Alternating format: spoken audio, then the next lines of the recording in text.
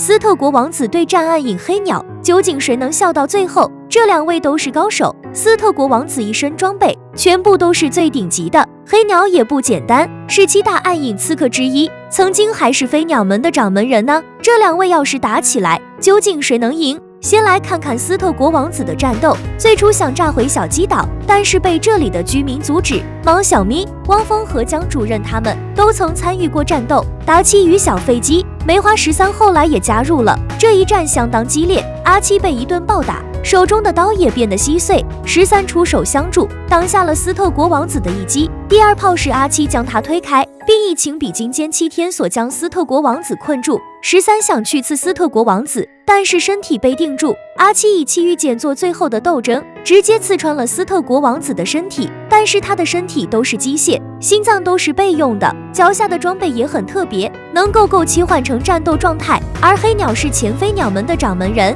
实力很强，他的修炼速度也很快，手下跟着他一起修炼这种功法，能够快速提升实力。可一味的力求速度也会产生一定的副作用，身体会被反噬，从肚子开始变得空洞。但是黑鸟的实力确实很强，手持黑龙鞭，上面还附带着雷电之力，曾狂抽13，将他狠狠的一顿念。其实斯特国王子也有类似的招式，他的右臂能化为光鞭，猫小咪与汪峰就曾被他抽打，甚至能自动感应危机进行防御。陈博在后面偷袭时，斯特国王子看都没有看就做出了防御，这护盾防御效果还很不错，相信能抵挡黑龙鞭的攻击。斯特国王子的防御也分等级，从初级到高级，震飞了江主任，但防不住阿七的魔刀千刃。黑鸟作为暗影刺客，也是一位顶级高手，速度奇快，身形如鬼魅一般，还能斗气化翼，最喜欢消耗对手的能量。斯特国王子战斗也是需要能量的，